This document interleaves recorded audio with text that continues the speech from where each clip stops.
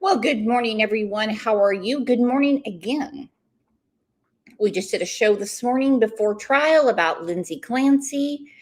And I'll tell you what, that was a great show because at the end of the show, everybody could just agree to disagree. I mean, there's always going to be those people, and those people have always been the ones that we do not really fool with. You know what I mean? Because the proof's in the pudding and we do the eating at the table. Only law enforcement knows. And I mean, I get it. I mean, this case, for example, several people have picked a side. You know that we have, Kent Corbett, and I mean, he is Team Jamie. You have people that talk about Malaya. Then you have people saying, oh no, Daniel was more of a father to them than anyone. And so be it. But we're going to talk about the three people that were there. My special guest should be here, well, in a few minutes, because I had it planned for 9:30 because I didn't think I was trying to time budget.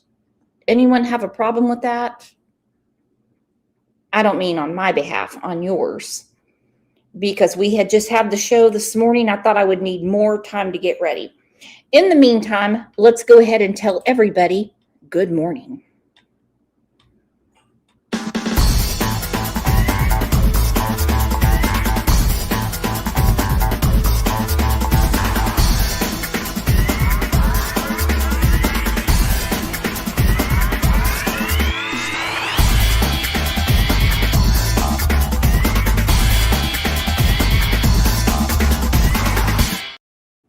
All right, if you had to pick from the three people that were there, who would you find to be the most responsible for Jack and Lily being missing?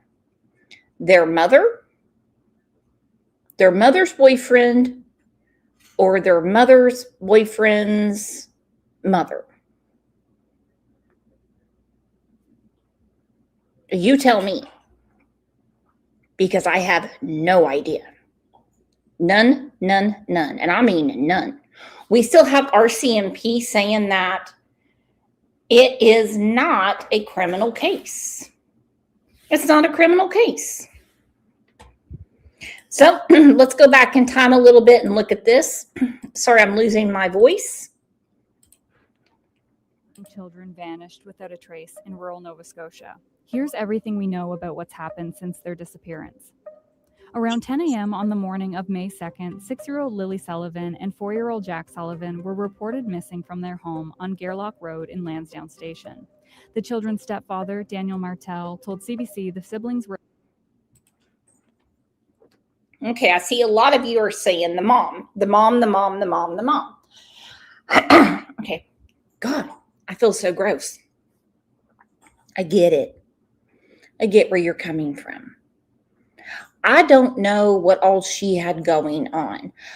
And like we were talking about Lindsay Clancy this morning, a lot of judgment for her, a lot of judgment for her mom, a lot of judgment for her husband, so on and so forth. I know me as a mom, it's different than Malaya. I mean, I know that because I know myself. All right? I'm just not going to let a bunch of strangers free range my kids. It's just not going to happen. I'm not going to do it. My ex-husband had fallen on hard times many times before, but I didn't want them to lose that part of themselves by not having their father in their life. Because how would they feel about themselves? Whether we want to believe it or not, your mom and your dad are a part of you. There's no getting away from it. Didn't have conversations like that. I'm sure there was times that I wasn't my best self. But we always stuck it out together. And I know I'm just going to go ahead and pick on women. For women, we're just like, go ahead, beat my fucking ass. Put a wrench in the door. Do whatever you want to do, but you're not touching my kids. They're going to have friends. They're going to go to birthday parties. They're not going to have black eyes. None of that's going to happen. And some women are not in that boat. Out sick and not at school on Thursday and Friday. He said he believed the children must have gone outside through the sliding back door sometime Friday morning. When we noticed that the children were gone, immediately jumped in the vehicle, surveyed all the areas, many dirt roads, many culverts as I could, and waited for the police to get there. Nova Scotia RCMP said they believed the children wandered away from their home and there was no evidence of abduction. That morning, a vulnerable missing person advisory was issued in Pictou County, and the organized search for the kids began in the heavily wooded area surrounding the family home. So strangely familiar to a case in Tennessee, Summer Wells, that we have talked about for many years, when they said, all right, we're going to search through the woods, but there is absolutely no abduction here. And we're hearing all kinds of crazy things, shut down the border. I'm like, what are you talking about? They said there's no abduction. There's no abduction.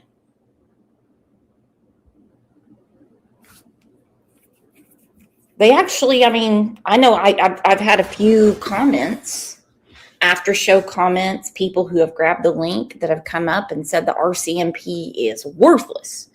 They are corrupt. They're part of the human trafficking in Nova Scotia. And I'm just like, oh, geez, I wouldn't know. You must know a lot more than I do. I want to know who had eyes on those two babies that morning, more importantly, the night before. That's all. That in itself would solve the case. Volunteers searched through the night. More than 100 people were called in to help. Helicopters, drones, and police dogs were also part of the search. On Saturday, May 3rd, officials were optimistic the children would be found. It's a huge wooded area with lots of potential. So we're just keeping all avenues open and ensuring we're covering off the entire area with a very structured search. Around 5:30 that night, RCMP issued a wider alert to Pictou County and surrounding areas. On Saturday, the children's mother, Malaya Brooks Murray, spoke to CTV News. She said she was hopeful and that she just wanted the kids home. The search continued on Sunday, May 4th. The children's stepfather said he wanted authorities to monitor the New Brunswick border and nearby airports in case the children were abducted. I am so glad that they put that in there. We want someone to stay near the house just in case the kids were abducted, got away, or actually did wander off. It happens more time than not. It's not the abduction part, but you know what I mean. Name a case, any case, where they told the parents, stay home. We don't need you to help searching. Because if your child comes home, they need someone home. You don't let them be missing and come home to an empty house. Doesn't work that way. That's silly business. That's crazy business. But when they say, no, there's no evidence of an abduction, they mean it. Name a case of abduction. Sean Hornbeck, Ben Owensby, J.C. Dugard, Michael Vaughn, Elizabeth Smart. Oh, it didn't take them half a second to figure out that child was grabbed out of nowhere. Malaya is still saying that her children were abducted. What are the odds? And I'm not doubting her. I'm assuming she knows way more than me because she is their mother. What are the odds of two children on the same day with the same problems, the same everything going on, both being taken. Think about that. Both of them. They're both being abused. They're both being kept out of school. And then on the same day, they're both abducted. I'm going to drop the link. Someone's got to explain that to me. They're both part of a CPS investigation, and then they both disappear. Well, I'll tell you what. Tell you something right now. I'm damn sure we'll be playing the lottery. Meanwhile, 160 searchers were out looking for the children despite rainy conditions. On Monday, May 5th, police and rescue agencies continued searching, going at all hours. RCMP said searchers had located what could have been a footprint on Saturday and expanded the search effort in that area. That night, 4 drones with thermal imaging technology were used to look for heat signatures in the woods. Tuesday, May 6th marked 5 days since the children went missing. A Nova Scotia RCMP spokesperson said in an update that the case remained a missing persons investigation.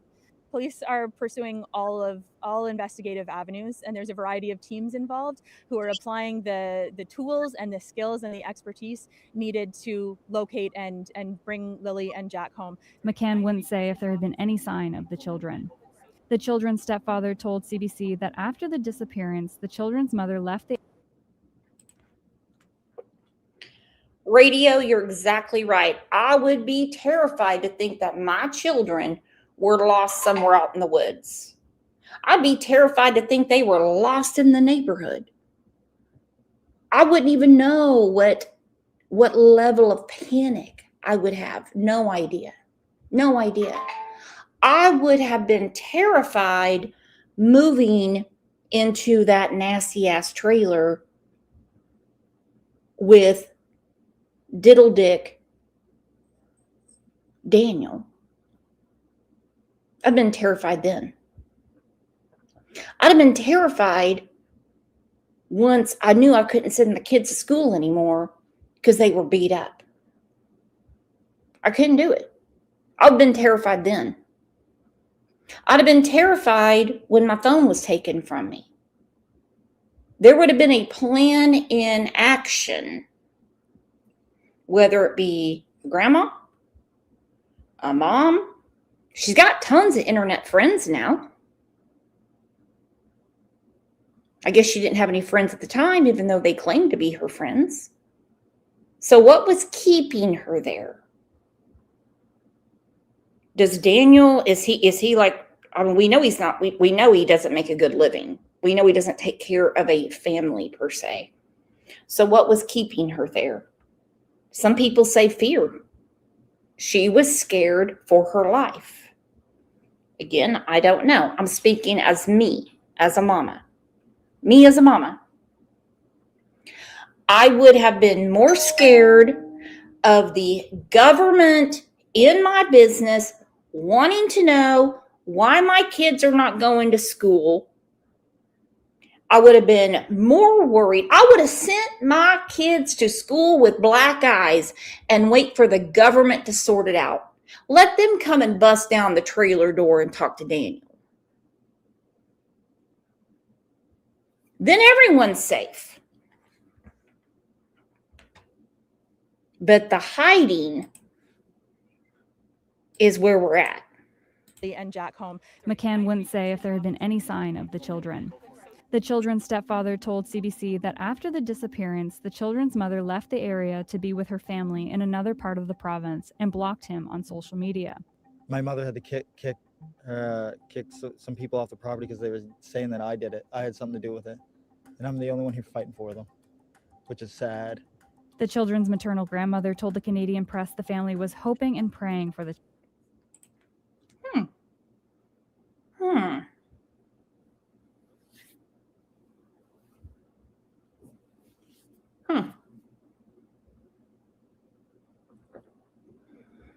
Do you think Daniel was the only one that fought for Jack and Lily? I don't know. I mean, do any of you think that? children to come home. On Wednesday, May 7th, Nova Scotia RCMP announced it would scale back the search for the missing kids. We're not packing up, and we're not giving up. Our investigation is broad, and it won't end until we know where Lily and Jack are and can bring them home. McKinnon said there hadn't been any confirmed sightings of the children, and survivability was unlikely. If we thought they were alive right now, we'd still be out there. He said the searchers covered a 5.5 square kilometer area, roughly the size of Halifax's downtown, that was heavily wooded. I'm absolutely exhausted at this point after going through 6 days of virtual hell. It's absolutely crazy. On Thursday, And here I go playing the what about game. The what about game. I hate hearing the what about thing. Like, well, what about? Well, what about? I'm going to play the what about game. I'm going through 6 days of virtual hell. Well, virtual is a very strange word to use, but hey, so be it. Look how many days of school the kids missed. Look at the court papers.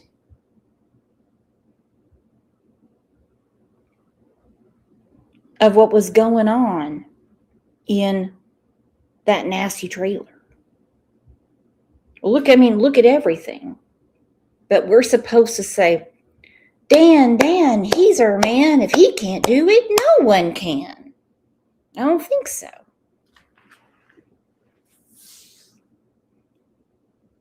Heard a very interesting comment. I read the comment saying that no mother would leave where their kids disappeared from. Tried to put myself in that situation. I thought, yeah, you know what? I wouldn't either. If for my own safety I went somewhere else, that's one thing. But I'd be damn sure to go back on the property and continue searching for my children. Because they don't own all of Nova Scotia, if you know what I mean. They don't own all of Pictou County.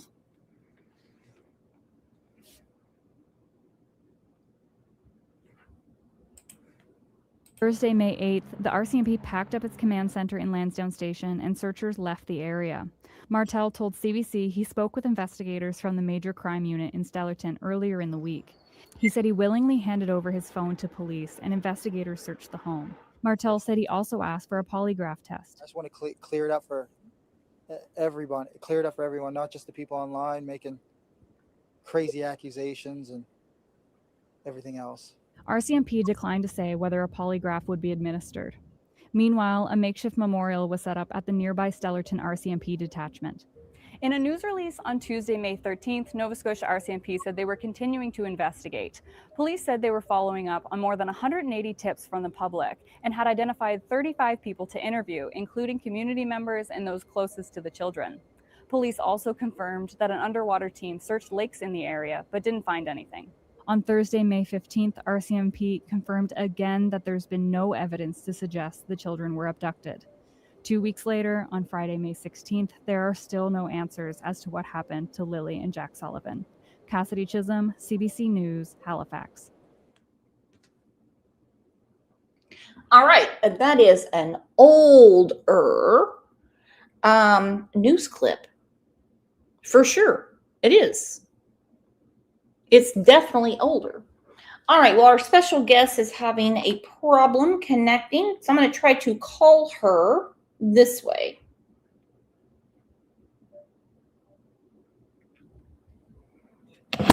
Hello, I'm working on it. Just give me a minute. I'm working on it, okay? Oh my gosh. Okay, so our special guest is not being very nice to me, everybody, but don't take it out on me. We can take it out on her. All right.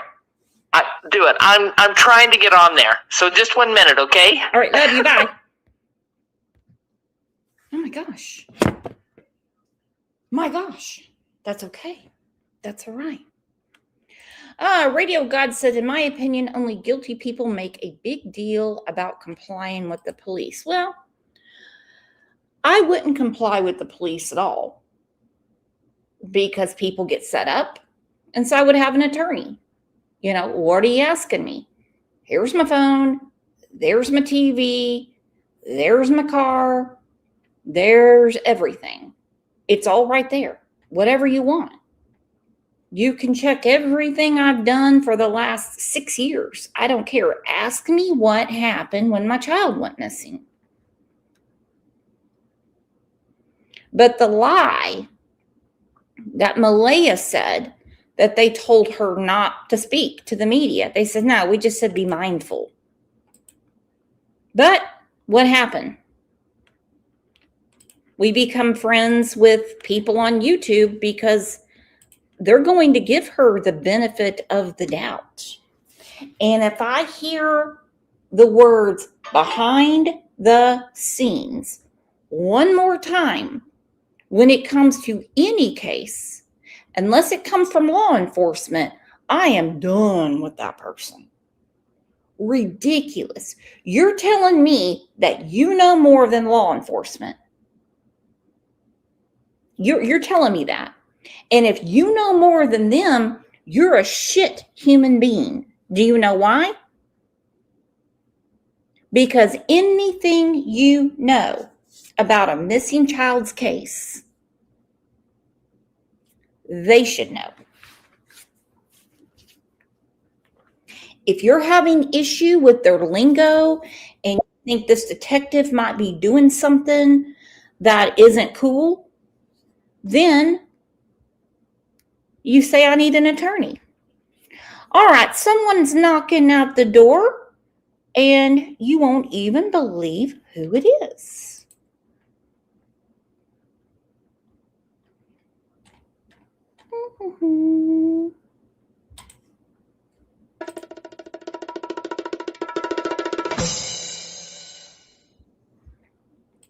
Well, look right there. It's Aunt Sarah. Can you hear me? Uh-oh. Can anyone hear my Aunt Sarah? Uh-oh. She's having issues with her audio.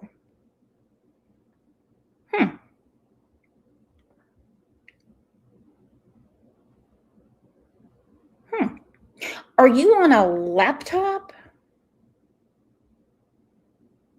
or your phone?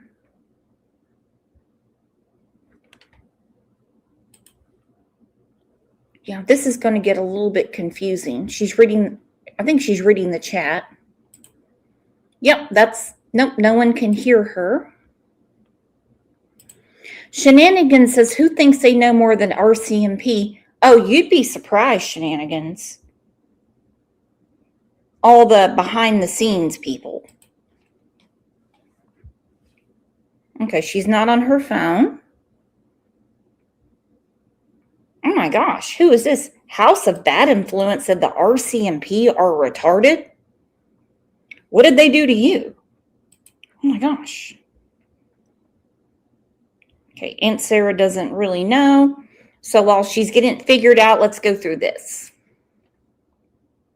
Malaya Brooks Murray makes no apologies for staying silent. She hasn't talked publicly since the weekend her two children, Jack Sullivan, who was 4 at the time, and Lily, who was 6, went missing from their home in Lansdowne, Nova Scotia.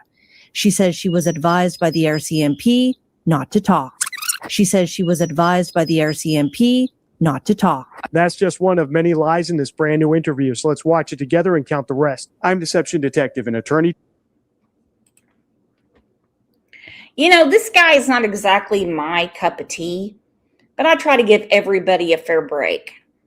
How's it going with your audio, Aunt Sarah?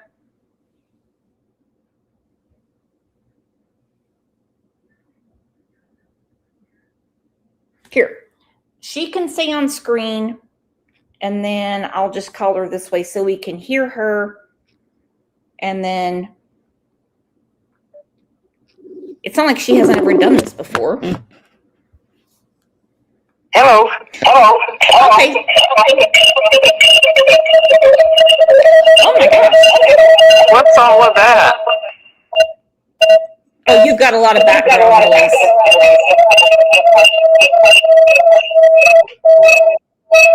What is all of that? Oh, you have YouTube open.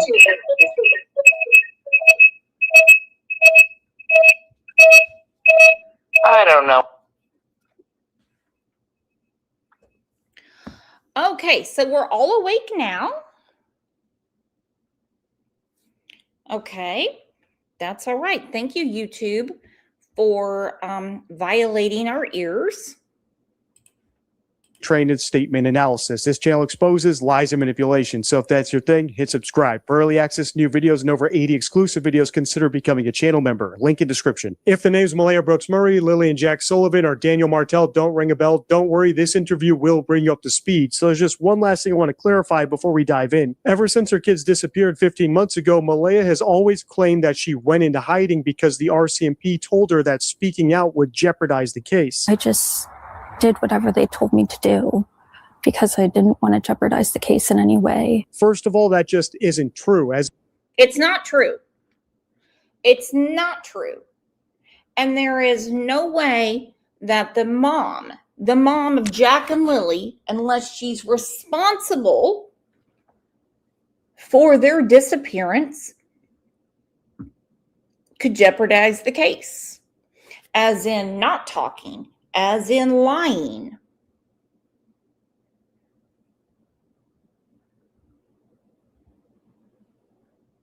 The Mountie said anyone can decide to speak with the media and share information as they wish. Investigators advise loved ones and people who were interviewed, I'm assuming by law enforcement, to be mindful of the information that they share. That doesn't mean don't say anything. That means be mindful. Like, don't tell him I talked to Colonel Mustard and he asked me if I was in the ballroom. Don't give out detectives' names. Don't say anything that you've been trusted with. I mean, it's not a simple procedure at all. I'm not saying it is. I would never want to be in her shoes.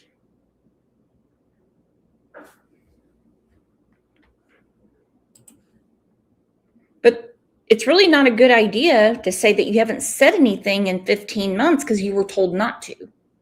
And the editing done by a certain news station gave that impression, even though it did come out of Malaya's mouth.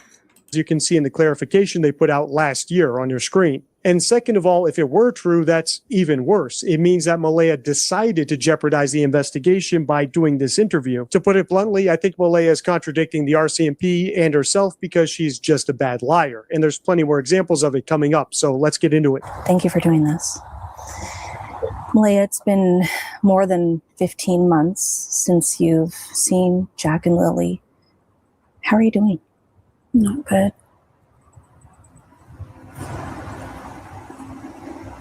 How do you spend your days? Just one day at a time, surrounded by family and friends and support systems. Good for her. All right, let's see if my Aunt Sarah's microphone's working now. Hi, Aunt Sarah. Do you have a microphone on your computer? Must be a setting problem. But you can see everything on StreamYard, right? Okay, well then just let me call you and then we can have a chatty chat.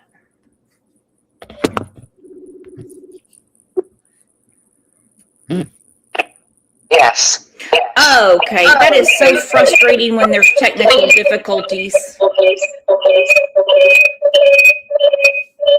It's not working. Let me try something else, friends. Okay. We'll get it, my friends. No worries. Going to therapy regularly. I do a lot of art and I see my daughter. We always plan everything that we can to keep my mind busy. How are you doing? All right, I'm going to ask you guys. Matter of fact, I'm going to drop the link in here if anybody wants to come up. Might be easier for Aunt Sarah to do it that way. She has a lot of stuff to say about this case, and she's made a lot of connections that she has no problem talking about.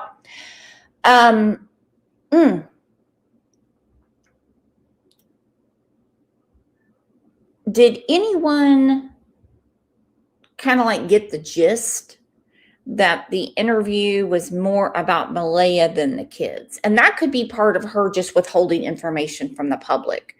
I can't say they would blame her. But it seemed to almost be like an apology spree, as in, I'm going to therapy, I've got a support system, and I'm just trying to keep my mind busy. I don't know. I mean, we have 99 people in here, okay? I didn't promote the show. I didn't do anything I was supposed to do, and that's A-okay. Did anyone ask her exactly how she spends her time? I don't know. Hey, Aunt Sarah, did you get it?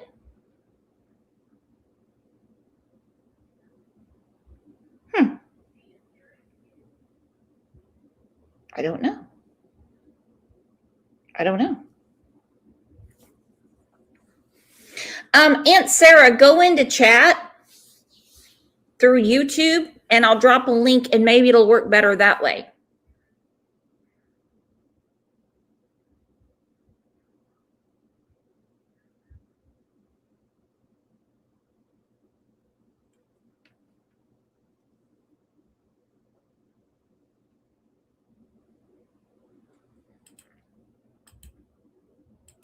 I don't know what happened. She can connect. We just can't hear her. Okay, so that was one thing that kind of caught me off guard. It's like, you know, I get that she's answering questions from someone that's given her a Q&A, that's interviewing her. It would have been so easy to say, this isn't about me. This is about my children. How do you spend your days? Those are known as phatic questions, and they're not meant to be answered literally. They're meant to hand over narrative control to the interviewee to talk about whatever they think is important. If you've seen any of my videos analyzing innocent parents, you'll know that they typically use the airtime to accomplish 7 things, like asking for help, pleading with any potential kidnappers, and generally trying to find their missing kid. Meanwhile, hoaxers use the airtime for other purposes. Some of them use it to push red herring theories. Some of them use it to tell sob stories to garner sympathy for themselves. And still others, the really unconfident bad liars, are just trying to run out the clock to survive the interview without revealing anything incriminating. And I think that's what's going on here, because Malaya answered both questions seemingly honestly. How are you doing? Not well. What do you spend your days doing? Taking care of myself. But she didn't use the questions to segue into finding her missing kids. Indeed, I would have expected an average liar to at least say, I spend my days looking for my kids, just to look like they actually care. In other words, to put it really bluntly, I don't think Malaya is a good or confident liar, which is why she was. All right, that seems to be the general consensus that no one is going to sit there and talk about therapy and keeping their mind under control or anything like that. They're going to be like, no, hard for me to control my mind because I'm worried about my kids. Have all the convos you want with your friends, in quotes, behind the scenes. Have at it. But when you are ready for prime time and you're answering questions, when you're asked about yourself and your children are missing, the answer is, who cares about me? Who cares about me? There she is. I don't know. Does it work yet? It works, girlfriend. Okay, finally got it. All right. Yeah, so I'll turn my camera on too. So what do you know about the Jack and Lily case? I don't know anything about it. I've not ever heard of it. I don't know anything about it other than these 2 little children are missing. Okay. And they're from Nova Scotia. That's clear across the country. right? So do you think that their parents might have endangered them? Mom and boyfriend? Well, I don't know, honey. They certainly could have, but they say they didn't. So I don't know. I don't investigate those things. Oh, well, I do. And so you're writing second C. So if a child goes missing around where you live, right, where would be the first place you would look? Well, I think there's lots of different places they could look. First place they would look would be at the parents and the family, and see if there was any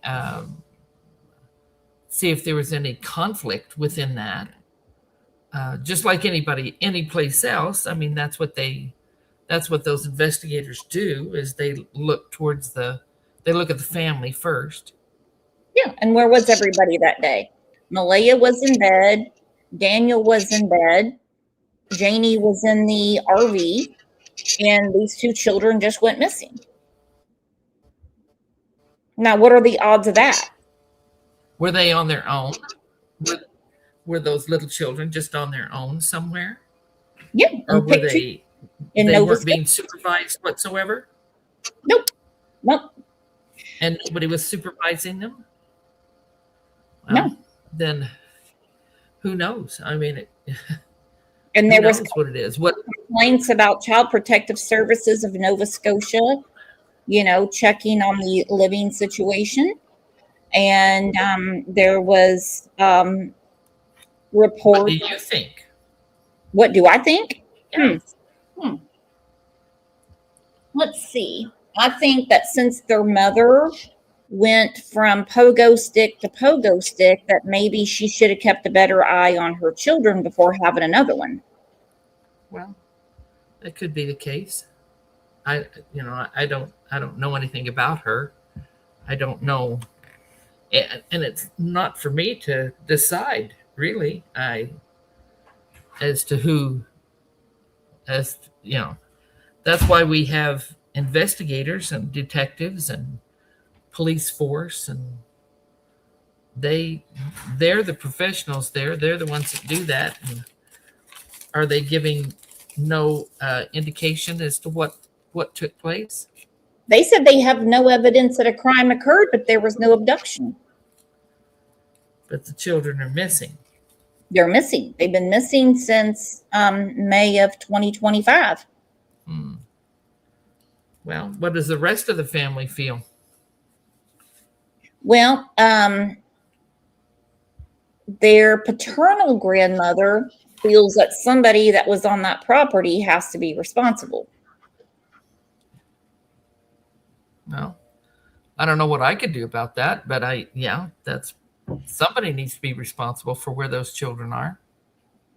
Well, I know that you like to travel and you have been, all over Canada and you get things done. I mean, my goodness, you were in Cambodia for 2 years. So you could just go ahead and go over to Nova Scotia, Aunt Sarah, and I've got a passport. I could meet you up there and we could get to the bottom of this. Well, I don't think I can do that, though, Brooxanne. It's not up to me to do that. I don't have any professional. I don't have any professional know-how on how to do all of that and how to get to the bottom of that. I mean, I don't know how to do that. Okay. I wouldn't even know where to begin. You look so pretty. Thank you. Well, thank you. I like how you let your hair go natural. Yeah, I'm too lazy to color it, so I don't do it. But I couldn't. I can't. I can't just show up in Nova Scotia and start looking around for these children when they. What's the family doing to find them? Nothing that I know of. Well, surely somebody's looking for them. Does anyone know about any recent searches finding the kids?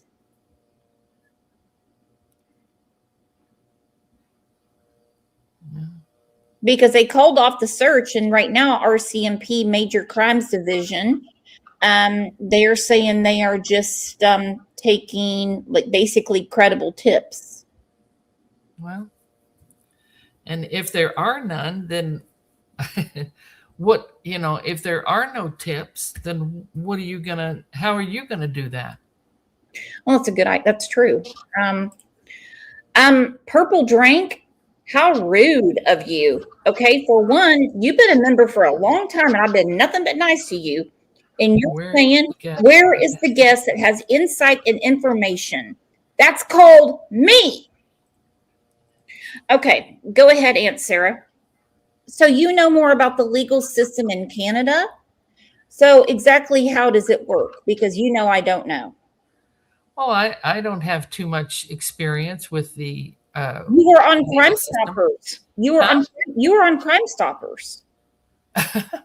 We were on Crime Stoppers because we were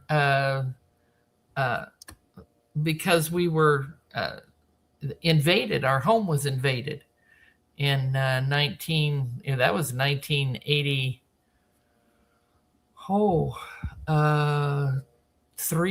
1983, something like that.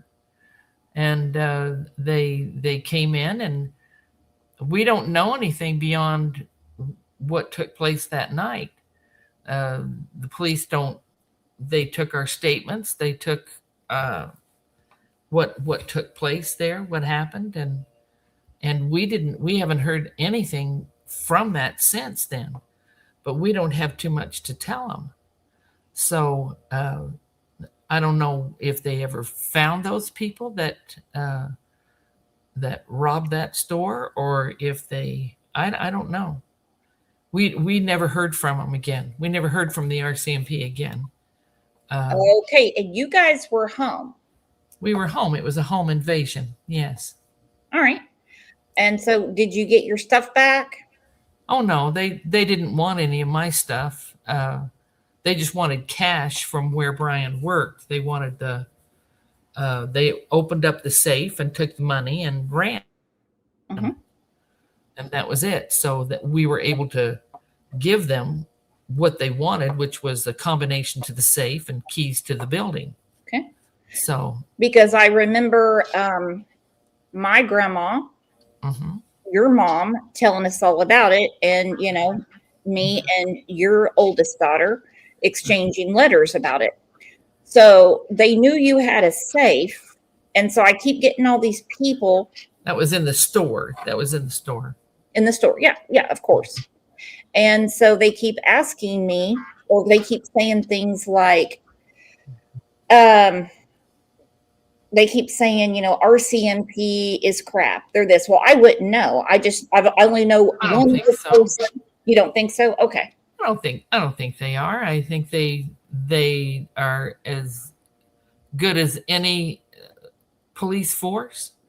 I think they, with this case, I don't know why they have. There are reasons. They have reasons why they have claimed this. Why they're not looking anymore for these children, I don't know.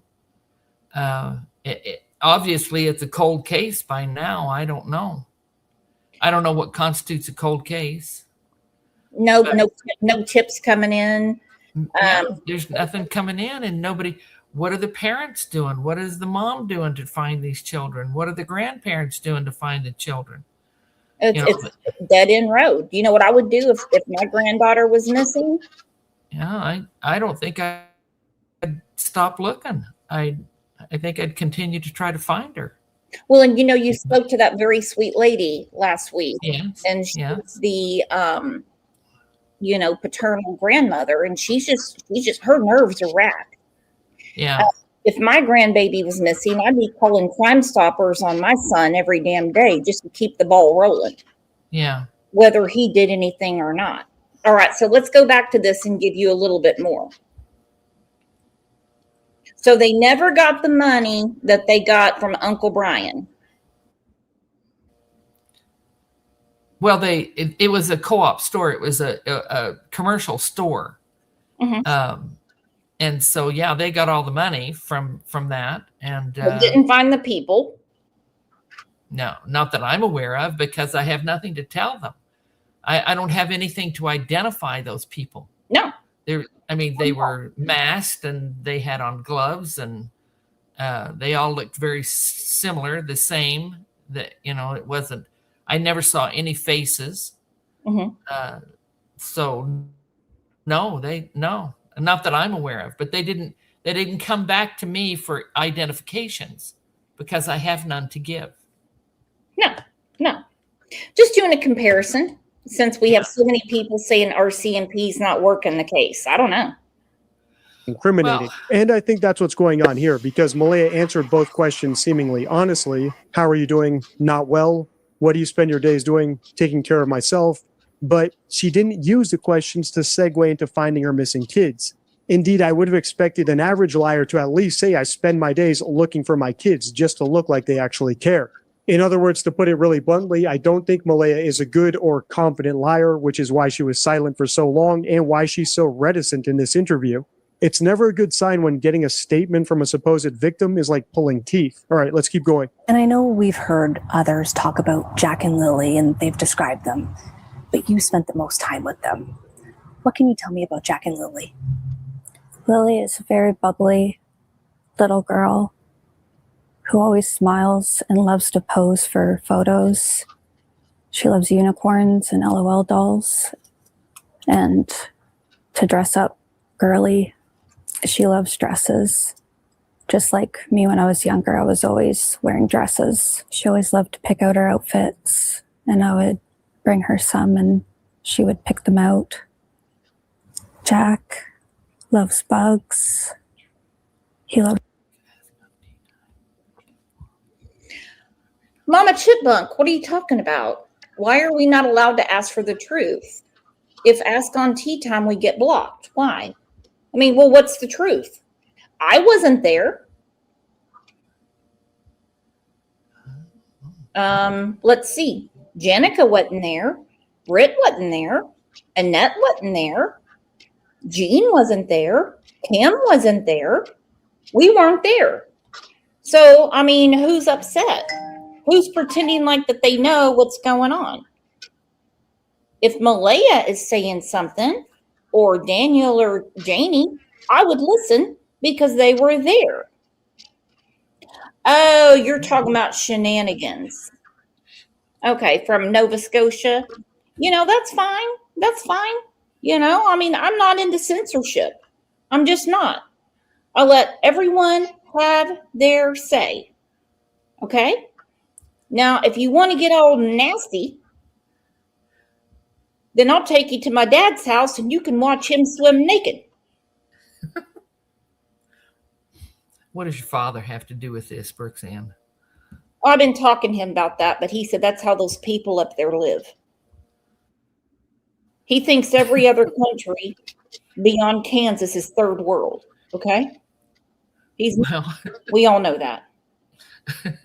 Mama Chipmunk, so I want the truth, not to get nasty. No, you're in a good place then. Grab the link. Come up.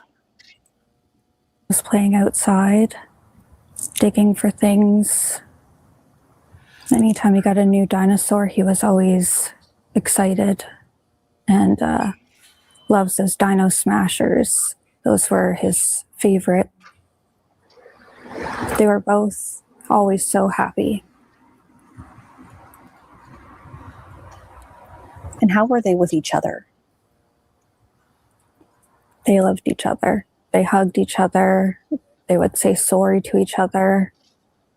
Sometimes they would get in fights with each other, but they would always make up. What do you miss the most about them? Everything. Their laughter, their smile, their hugs, their smell. I think it's just when you're a mom, your children have a particular scent that you never forget. And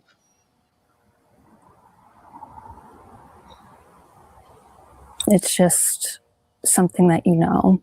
Is it good that Malaya is talking about Lily and Jack in present tense? Yes, it's a really bad sign when the parents of missing children speak about them in past tense ever, but that doesn't mean she thinks they're alive. In fact, I think she's trying so hard not to slip up and talk about them in past tense that she's barely answering the question in the way that I would expect the parent of a missing child to do so. Remember, the entire point of going on TV, if you're actually the parent of a missing child, is to get people to care about your missing child. Whether it's getting the police to care enough to redouble their efforts, or getting the public to care enough to call in with even the slightest tip, or getting any kidnappers who may have taken them to change their mind and send them home to mommy. There's infinite ways to do this, to tug on people's heartstrings. But let me show you an example of an actual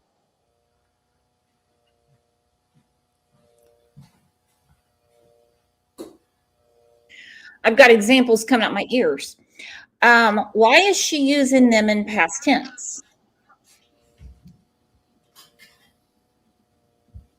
If you believe your children are alive, then you would say Lily is, Jack is,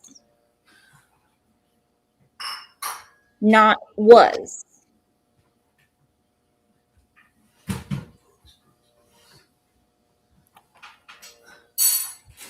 Yeah.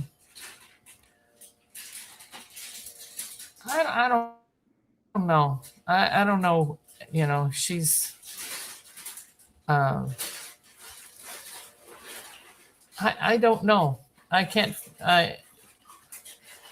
I think they have a very sad scenario, and I think that it's. And I don't know that the RCMP seem to, I don't know why they are not searching, but it's been a year and a half. So I think there comes a time when they have to just say, that's it. And it's not just RCMP, that's all over the United States and any other law enforcement. Exactly. After about 2 weeks, they'll say, no, we're just going to investigate. We've exhausted all of our resources. I don't blame them for that. Yeah. No way. They are, I don't know.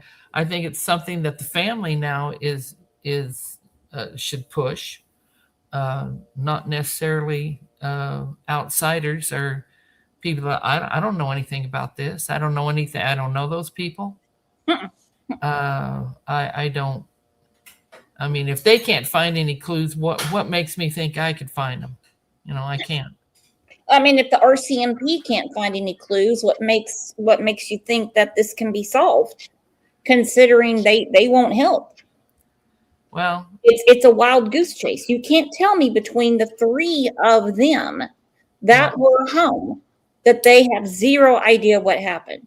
I still think something happened Thursday night. We'll get to that in a second. Mother of a missing child talking about her kid, and I won't tell you how long he's been missing. I'll tell you after the clip. Listen to this and compare it to what we just heard from Malaya. My son is Kyron. I'd much rather do this. I can tell you how long Kyron's been missing. He's been missing for like 16 years. I don't know why old deception detective thinks he's going to keep us on our toes. That's crazy. You guys have forgotten more about true crime than he pee on that. Mormon. As she said, he went missing June 4th, 2010 from Skyline Elementary School in Portland, Oregon. In a group, Kyron is the smallest in stature, but he's the brightest. You may not notice it because he's also the quietest. My son has a smile that lights up the room. You can't help but laugh when he laughs. He has this belly laugh that's infectious. He's a shy kid and is in his comfort zone when he's around his family and friends. He loves to play with his cousin and build Legos. He enjoys playing on his Wii. Skylanders is one of his most favorite games to play with his brother Quinn. The two of them have this thing that they do. where they sit quiet and stare at each other. And Kyron is always the first to laugh, every time. It's so much fun to watch them together. Hopefully you get my point. Actual parents of missing. Yeah, I get your point, deception detective. I got it. Okay, so be it. So now let's get to what Malaya's sister spoke about, what happened when she came to check on her sister and her niece and nephew. Now, mind you, Child Protective Services of Nova Scotia has her and Daniel's baby. All arrows point to something happened at that home. Can we all agree on that? I'm not asking Aunt Sarah to agree on that. I'll start with Ilyanka. I'll start with Annette, Jean, Radio. You know the drill. On the property and a pink blanket possibly being planted. So recently, Malaya's sister has spoken out, and she decides to give us information that makes Daniel look like he's the problem. Blankets taken back to Malaya, who basically identified and said, yes, that looks like it could be Lily's blanket. Oh, here she comes. Good. It's much better if somebody who was there actually. Welcome, Haley. Hi. Hi, welcome. Yeah, so this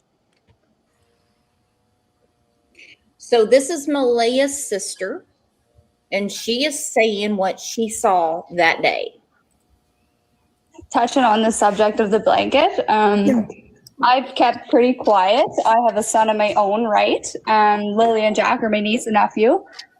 But yeah, the subject of the blanket, it was found on a tree branch on Lansdowne Station Road in the evening of day one. Okay. It was used, or the other part of the blanket was used for a window or a door at the home, and it was thrown out. And this one just ended up on a tree, I guess. But yeah. Interesting. And so you guys, I understand one of you took a photograph of the blanket and took it back to Malaya for identification? Yes, Hayden and I did. Yeah. Okay. And then she said, yeah, it is. And so you called the police who went and, I guess, collected it? Yeah, no, the police were already down searching that area, but it was in such an open spot that cops were already down there and it wasn't seen earlier on. So it's just all. Okay, let's talk about that. Everybody in chat, Aunt Sarah, I think we can tell what's going on. There was a very active search going on. If you guys have seen the show, The First 48, that's based in Tulsa, Oklahoma, where they figured out if you don't find somebody in 2 days, slim to none, you're going to find them alive.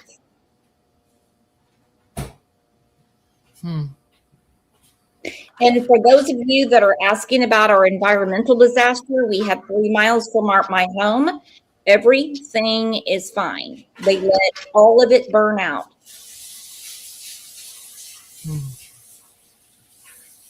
A little mysterious, you know? Interesting. Okay. Yeah. So was search and rescue in that area? I don't believe on day one, right down there, right away. So I was there from the get-go of when everything started. Mm-hmm. But yeah, so I don't know how it was missed because it was right on like the start of like a logging road or ATV trail right by the main Lansdowne Station Road, the dirt road. But yeah. Okay. All right. And the other half, right, was found in the garbage. I believe so. I wasn't back at the house for that to know that, but that's what I'm hearing. Yeah, that's what Logan said. And yeah, so. Which is really peculiar, right? Like how, if the blanket was put in the garbage, how did it get out of the garbage and half of it get into a tree, right? And I mean, quite a ways down the road, like down the paved road from where they lived, up a dirt road, a good at least mile or two. So yeah. Wow. Yeah, that's a head scratcher for anybody, right? So there is a situation with a blanket that Malaya has said could be Lily's, and it was found on a tree branch on the first day of searching at nighttime. The problem with this is that where the blanket was found is in a place that was already searched, and it wasn't there before. So how does it just turn up? They asked Malaya about that. She had her own theories. Like Ilyanka said, planted evidence. Jean lives in Maine, and she said, we are a rugged coast, mostly rocks. But when they say except for the southern coast, you're telling me there's no rocks there?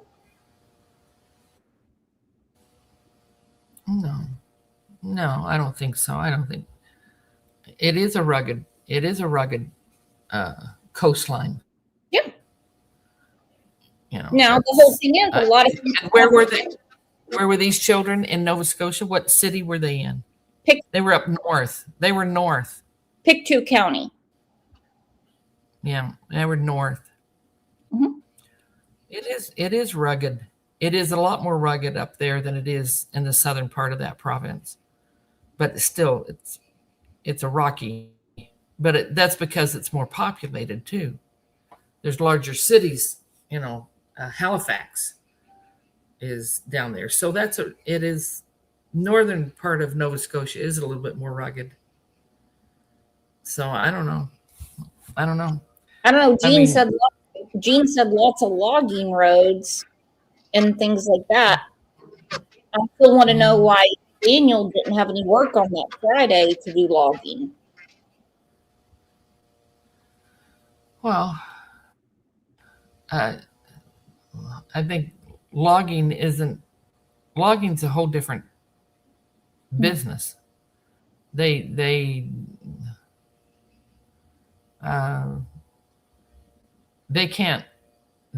the loggers can only work in certain places with so much. They can't just start cutting down trees everywhere.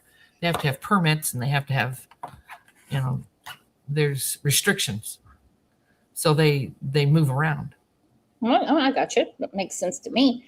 But I mean, if he only has work one day a week, once you find that the stars kind of aligned, that all these things kept happening around the disappearance of Jack and Lily.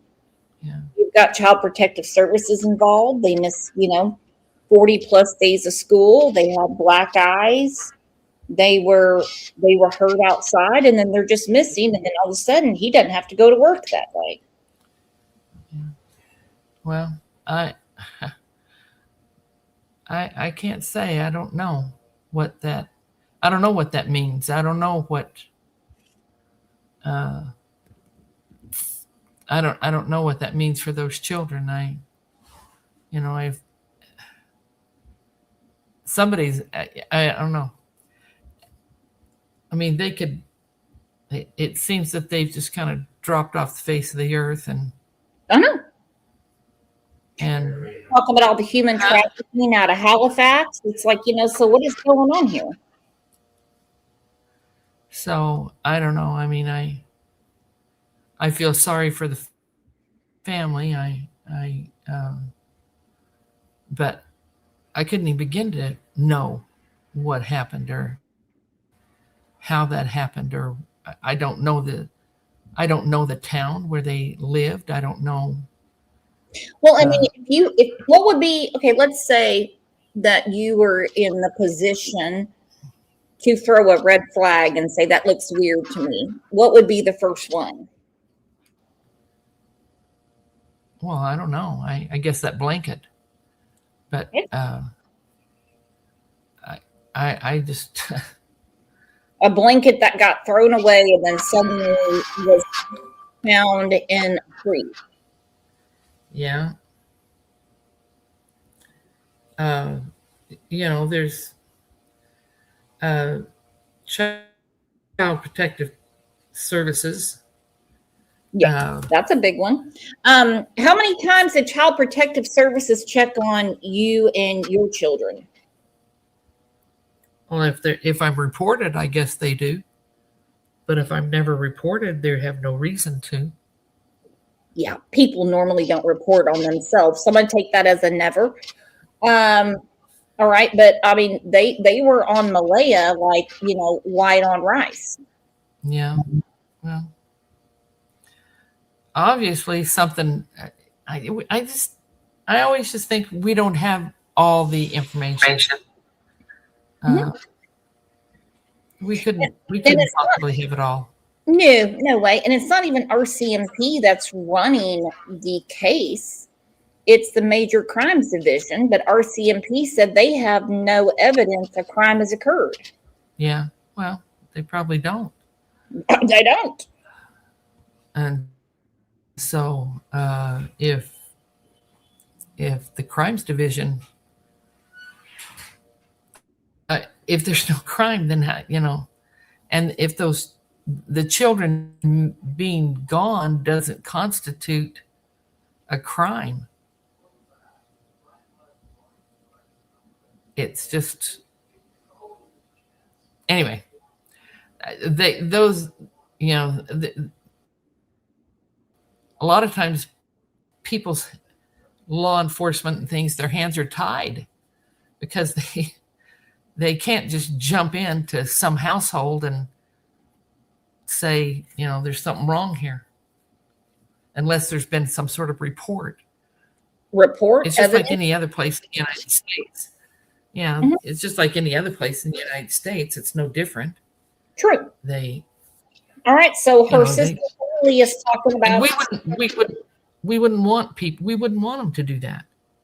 No, we wouldn't want the law enforcement to feel like they could just haphazardly jump into someone's lives because they saw something that they think was not right. Well, no, gosh, no. That's what happens when you just get pulled over, you know, on I-44. Just send them to the back. Oh, I'm not dressed, really. Okay, just send them to the back. Well, okay. All right. Who was that, Aunt Sarah? That was just Brian telling me that we've got somebody coming here to look at our trees. We have some trees that are dying, and I've got evidence of that. So that was just Brian. Okay. That's my uncle, by the way. So anyway. Later on that night, that is really suspicious. Then we hear that this blanket was actually put in the bin, and then somehow it went from the bin to being split in half, and one half of it was in a tree that was about a mile or two away from the property. That literally makes no sense, and that doesn't happen for no reason. So if this is Lily's blanket, that was found in the tree, then who put it there? And how does this link to Malaya putting them in a car? Instead, this could suggest that maybe the story about Malaya isn't true and something else has happened. And I do think there's something not quite right about this blanket. Kat is asking, how are you and how is Malaya doing? Things are, well, you know, everything's touch and go. The subject is very touchy for family. Malaya's trying to live somewhat of a normal life. She shouldn't be expected to sit in the house and be miserable. She can have a life too, right? We don't know what happened. I only know from what I was told. I obviously wasn't there when the kids went missing, but she deserves to not be ridiculed as well, right?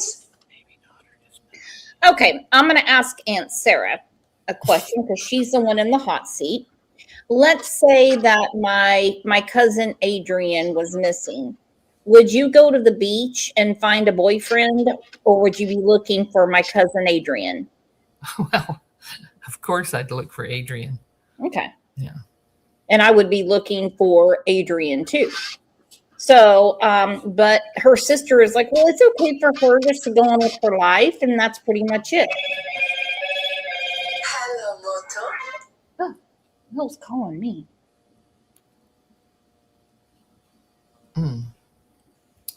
Yep. So I'm not sticking up for anybody in the situation.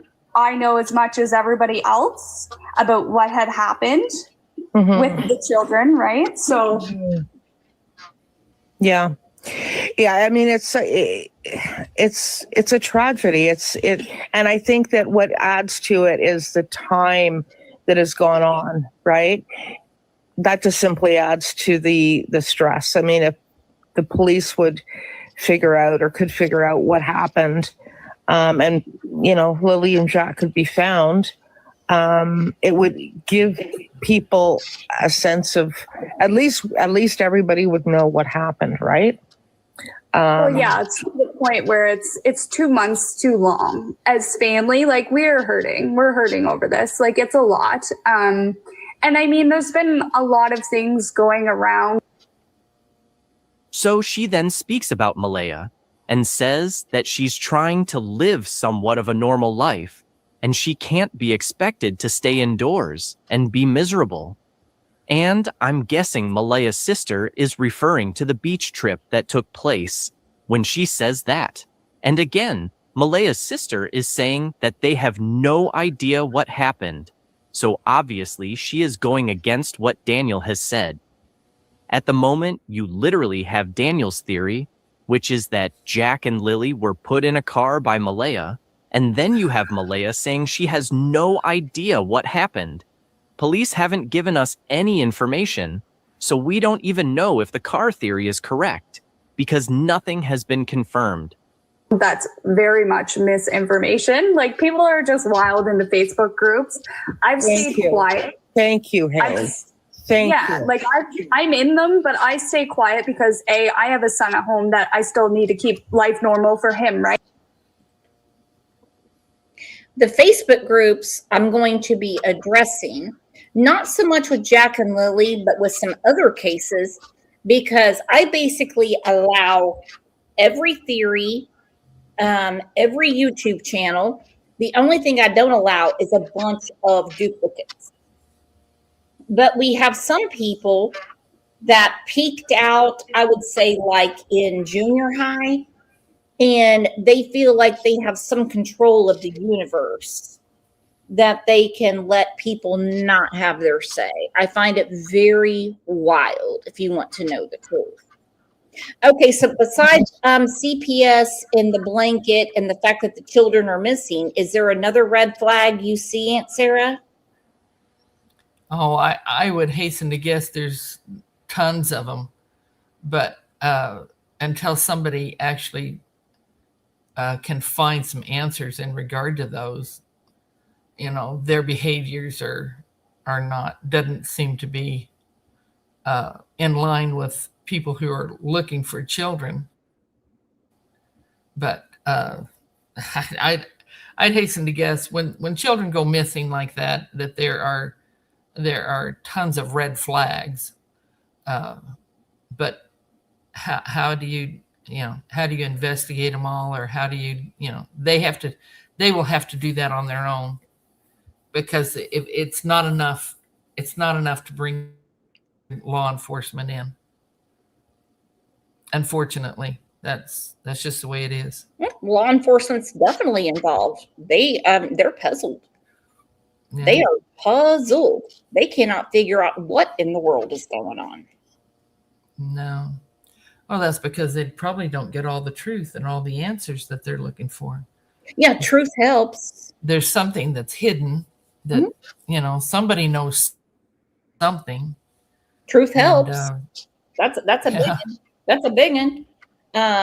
It can't go from, I got knocked out by a roofie to I sent an email to the school at sometime after 6 a.m. and I called both the kids out, even though they had a day out on Wednesday, Thursday, and then Friday. And then Friday, they just happened to go missing.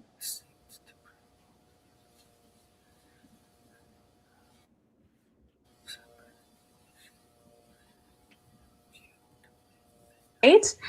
But people are starting to figure out who I am, how I'm connected. So I figured, I would give my peace of mind and what I know, because people are starting to message and ask. But, I do just want to touch on a subject, though. Absolutely. The family altercation that happened in the driveway. I was there for that. So there's a big piece that Logan has left out, and I'm ready to share that, because we all know and have not said anything, but it's a very crucial point that they seem to be skipping over. So this was just before the briefing, if I can remember quite right here. We were all in the house and Dan was in the bathroom. And when I say we, I'm talking about my sister-in-law, her sister, Leia's mother, my partner, and we were all in the kitchen and we heard like things wrestling around in the bathroom. We're like, what? What's all this partner shit people keep using? You've got a boyfriend, you've got a girlfriend, you've got a husband, you got a wife. Where'd the partner stuff come from? That's nuts. This is my girlfriend. This is my fiance. Let me introduce you to my wife. Oh, that's my husband. I mean, that's pretty much it. My partner. My partner sounds like Uncle Raymond's law firm. Aunt Sarah? Why are people trying to redo the English language? 41 days of school those children missed after she met Daniel. My son Kent broke his hip on his 11th birthday. He had surgery. He had plates put in. He didn't miss 41 days of school.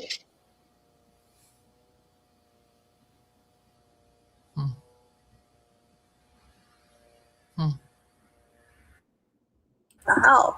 So my stepmom went and knocked on the door and was like, Dan, what's going on? Are you all right? Anyway, my sister-in-law went in and said she needs to use the bathroom. So he came out and he's kind of like hovering.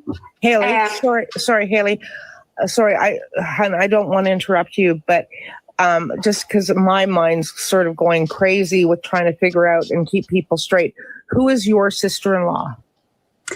So Shelby, Cheryl said I was her sister-in-law. It's like confusing, but Shelby's with my brother. She's my sister-in-law, and Cheryl is Shelby's sister. So okay, yeah. All right, okay. Just to get it straight as to who we're talking about, so that people in chat sort of know. Anyway, go ahead. So like he was wrestling some things around in the bathroom. And we went in to kind of investigate after him.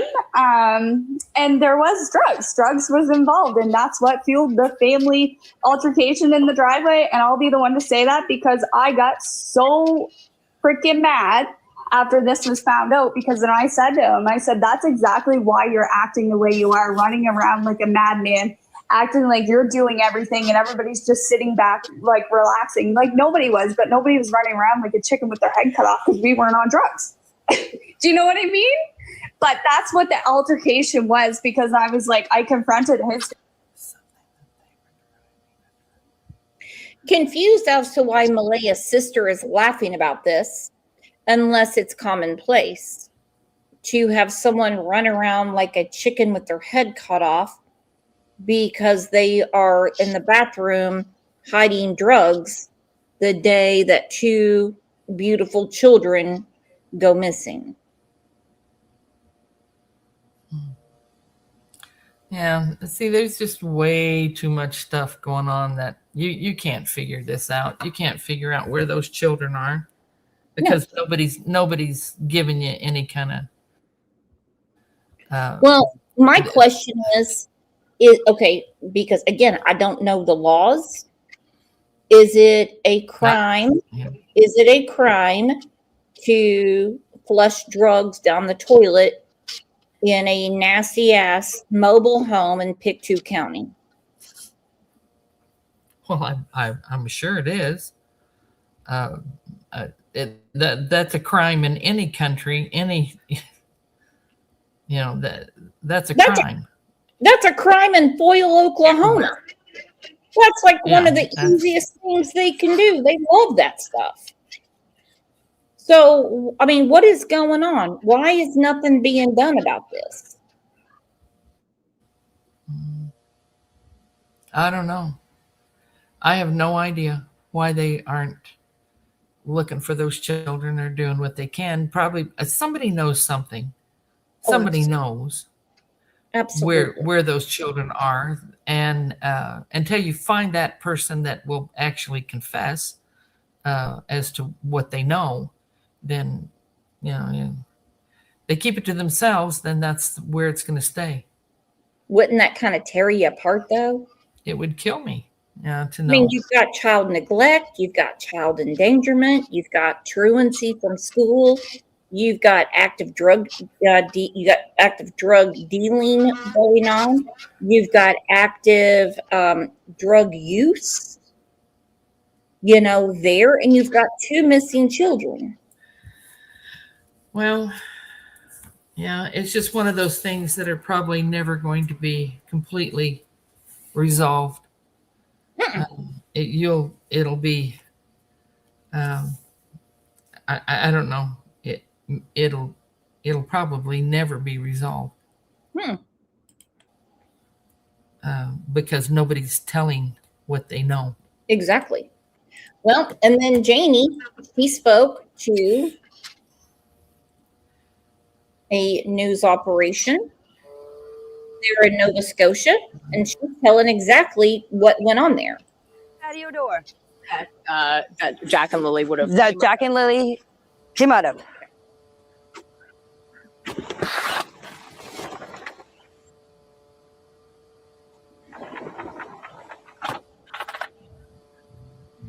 So it's the morning of May 2nd. Take me through what happened. Okay, the biggest thing is they always said that you can't hear when the door opens. We're going to get to that. And I know that people think that I'm picking on them for, being a little impoverished. I'm not. There are people that don't have 2 dimes to rub together and are very, very, very good to their children, educationally and everything. I know some of you think I have said that before, and I did not say that. What I said was, you can always afford a bar of salt. This is a cover. Okay, I was up at 6 o'clock, sat in there and had my tea. And then on Facebook, 7 o'clock, I get up, come over here, fed my chickens. My brother, Ron, called me at 8:48 and asked me if I wanted to go to town with him. And I said, no. I said, I'm staying home. I said, I'm going back to bed. Okay. Okay, I want to talk about that because her brother would pick her up every Friday, take her to town to get her supplies. But that day, she said she didn't need anything. Okay? Daniel didn't go to work. And again, the kids didn't go to school. Mama Chipmunk, what province are you from in Canada? Were those children homeschooled? No, not at all. Were those children homeschooled? No, ma'am. Okay. Oh, Mama Chipmunk is from New Brunswick. Okay. Well, she has a better insight of how that part of the country works. She has a better insight of how that part of the country works than certainly I do. I'm from Alberta. That's a long way away. You're not That's from like Alberta. I know where you're from. That's like, well, I am now, Brooks. I've lived here longer than I did in Oklahoma. That's true. Well, I could tell you what, I could get you some white go-go boots and I could take you to the Midnight Rodeo right now and you would fit right in, Aunt Sarah. Oh yeah, I'd fit in with those go-go boots, I'm sure. I've told some people that story. I wrote an entire book report about that because I didn't have anything to write about. And my mom told me this story about you calling from Papa Sam's office, collecting money to get some boots. And it was part of an economics class. And I had to read it out loud and everyone thought it was hilarious. Obviously, you tell the story better than me, but I thought it was great. I wanted some go-go boots, so I needed them.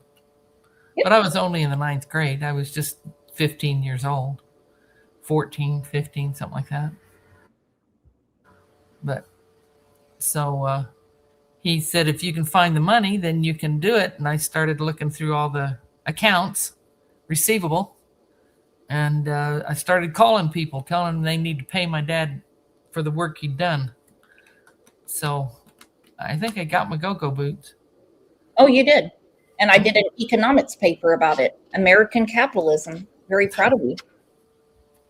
Yeah, well, he told me to find the money, and so I did. I just went to his accounts receivable. They didn't know a 14-year-old girl was calling them and telling them to pay their bills. They just needed to pay their bill. Well, did you continue calling or did you stop when you got the go-go boots? I just stopped when I got the go-go boots. That was my that was what I wanted. So that journey was over when but I don't know. I mean, I don't know if he had these girls phone people better. I don't know. I don't know what he did after that. I don't know. But they laughed and just said, well, okay. So people started coming in and paying. I don't know why that was such a novel idea to phone, but it seemed to be. And so it just seemed normal to me that, people weren't paying their bills. And so I asked them to pay their bill. So, nothing wrong with that. I used to do it for Dr. Torsha. Bootsy had me doing it. Yeah. So after school, Mom would drop me off and I would make some phone calls and I'd be lucky to get $25 a month. That's okay. Certainly didn't have any go-go boots. All right. So you can see the RV. You can see everything going on here. I went and I laid down. Next thing you know, my dog started barking and the kids were out in the yard. Now you can see there's 2 swings where the kids play. My bedroom is right there. I heard the kids. This is where the kids' swings are. This is where they always played. And so that's where I heard them. And I can hear everything in that trailer. If 2 kids get out of a fence and Jack and Lily are all the time yelling, especially Lily, come on, Jackie, let's go, Jackie, let's go, Jackie. It's all I hear out here. When the kids get out of the fence and come out through here, I would have heard them yelling, come on, Jackie, let's go, Jackie, let's go. I didn't hear anything. The next thing I heard is I heard Daniel yelling. He was yelling for Jack and Lily. I didn't get up because I thought he was yelling for Jack and Lily in the house. So the next thing you know, I came out of the trailer after I heard Daniel about, I'd say, 10 minutes after. I've always had a question about this interview. Okay, she lives on the property. Was she not a little confused as to why the kids weren't in school or why they didn't go to school? Okay. Want to go to the back? Go around there? Yeah. Yeah, Brooks, I've got to go.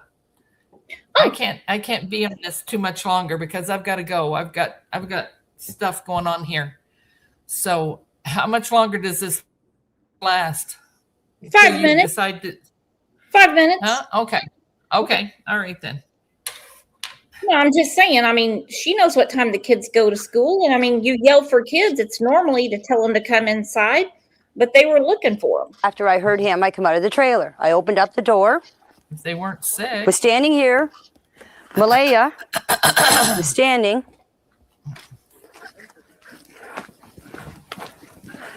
Right here with Meadow on her hip. And I come out and I said, "What's up?" She said, "Jack and Lily are missing." I said, "How long?" She said, "About 20 minutes."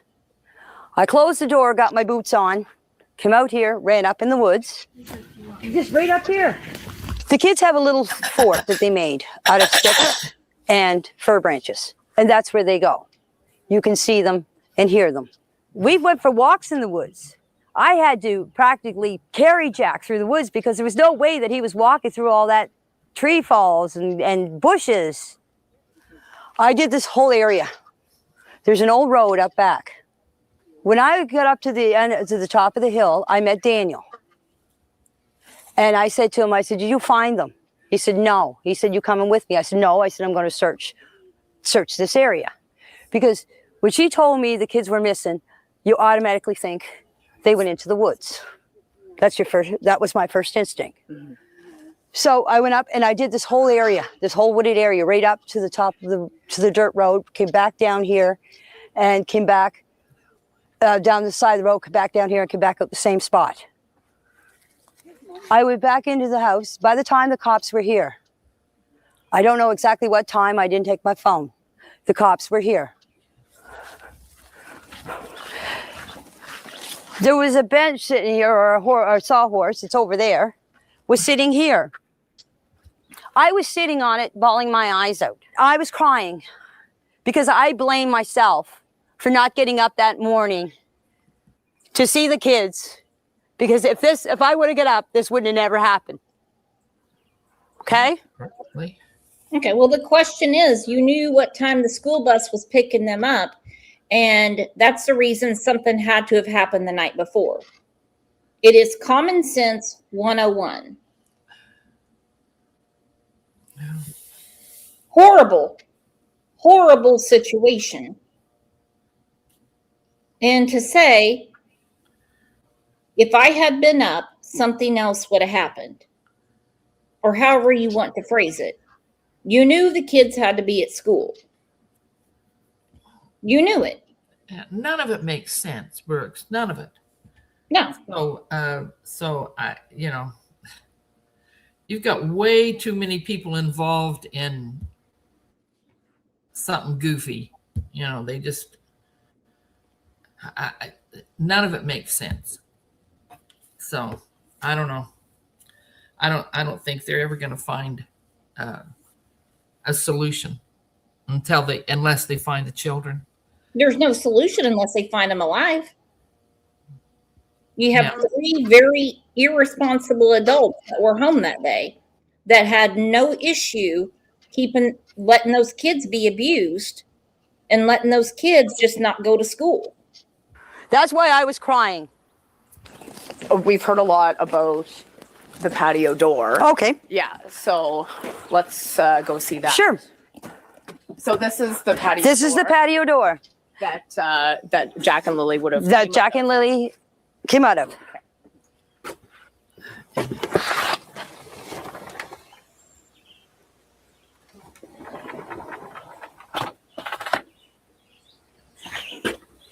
And so tell us why we've heard about the patio door.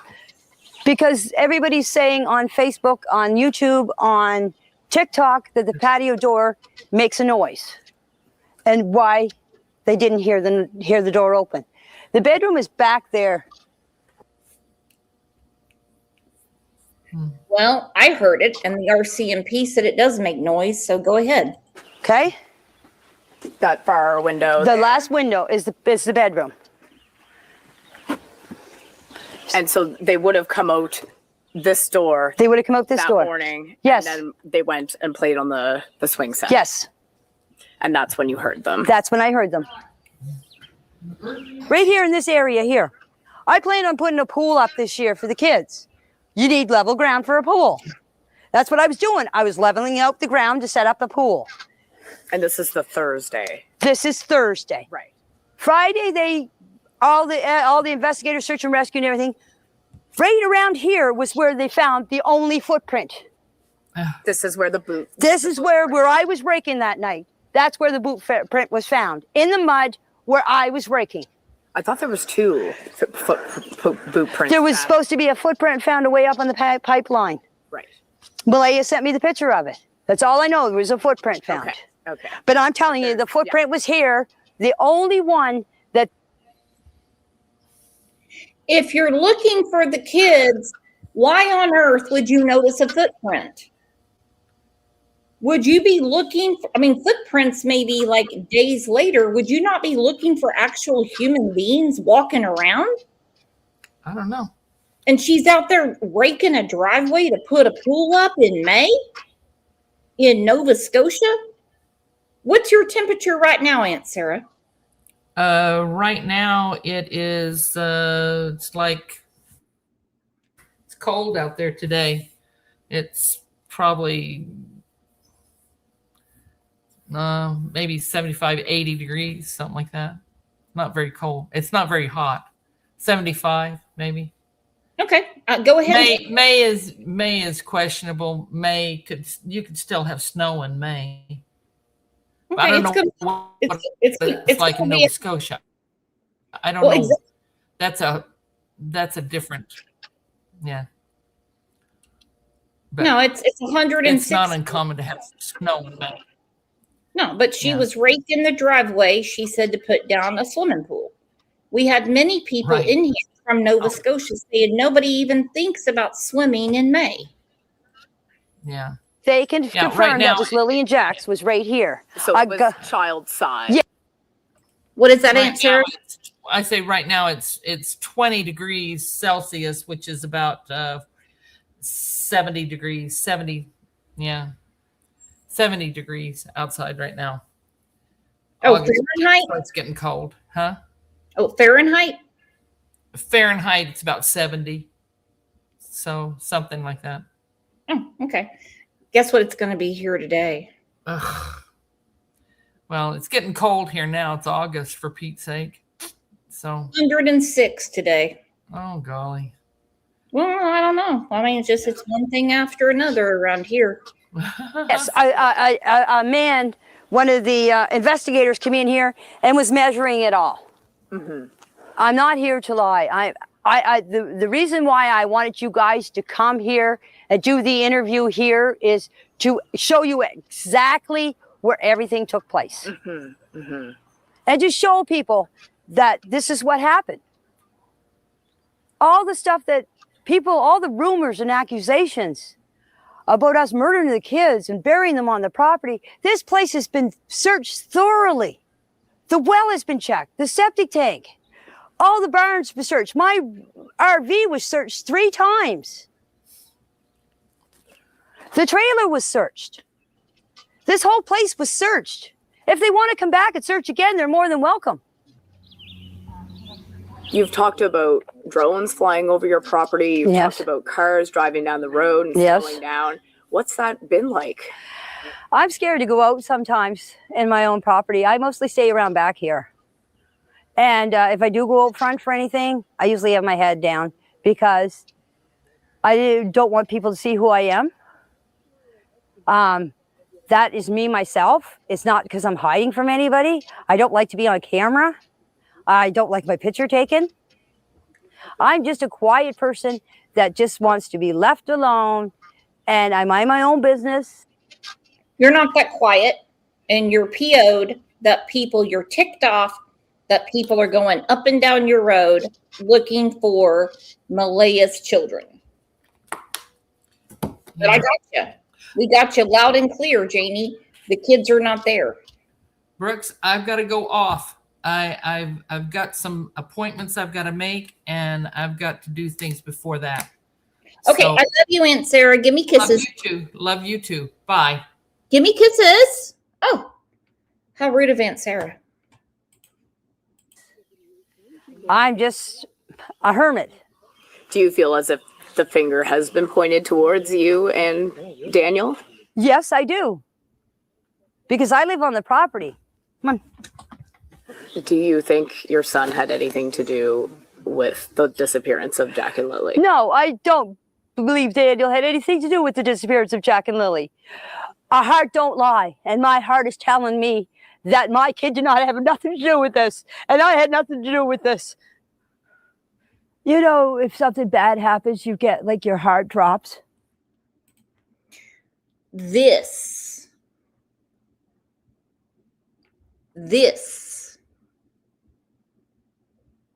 is the key word. She says nothing about Malaya. She says, I know my son had nothing to do with this. I know I had nothing to do with this. Say their names. Their mother doesn't say it. She doesn't say their names. She won't say anything. She won't say Jack and Lily. But listen to her. I had nothing to do with this.